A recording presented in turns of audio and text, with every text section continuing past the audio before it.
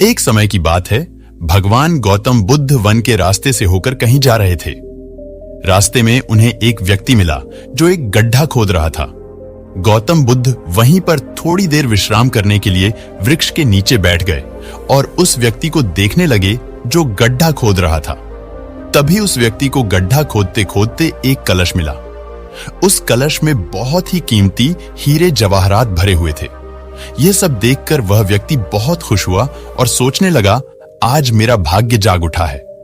उस व्यक्ति ने हीरे जवाहरात से भरे हुए उस कलश को भगवान गौतम बुद्ध के चरणों में रख दिया और कहा, हे भगवान, आपके आशीर्वाद से ही मुझे यह बेसुमार धन दौलत प्राप्त हुई है, इसलिए मैं इनमें से कुछ हीरे जवाहरात आपको भेंट करना चाहता हूं।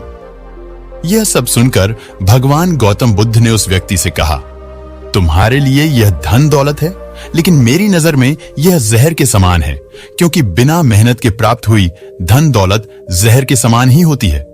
इतना सुनकर वह व्यक्ति गौतम बुद्ध से नाराज होकर उस कलश लेकर चला जाता है। उस व्यक्ति ने बाजार में सभी हीरे जवाहरात बेचकर बंगला, गाड़ी और बहुत सारी संपत्ति खरीद ली और गरीब से करोड़पति बन गया।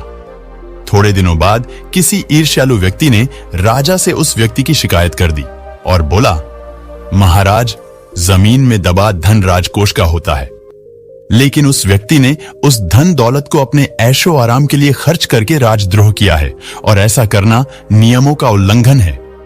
यह सब सुनकर राजा ने अपने सैनिकों को उस व्यक्ति को पकड़ने का आदेश दिया और राज दरबार में बुलवाया गया तो राजा ने उस व्यक्ति से उस कलश को जमा कराने के लिए बोला।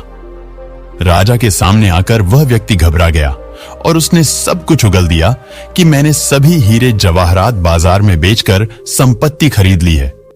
यह सब सुनकर राजा ने उस व्यक्ति से कहा, ऐसा करके तुमने हमारे राज्य के नियमों का उल्लंघन किया है, इसलिए तुम्हें इसकी सजा जरूर मिलेगी। और राजा के आदेश से उसे अपने परिवार सहित जेल में डाल दिया गया और उसकी सारी संपत्ति जब्त कर ली गई। काफी दिनों बाद वह राजा जेल में कैदियों के निरीक्षण के लिए गया। तभी उस व्यक्ति ने राजा से अपनी सजा माफ करने के लिए आग्रह किया और कहा, महाराज, जब मुझे वह कलश जमीन में गड्ढा खोदते समय मिला तो भगवान गौतम बुद्ध वहीं पर मौजूद थे।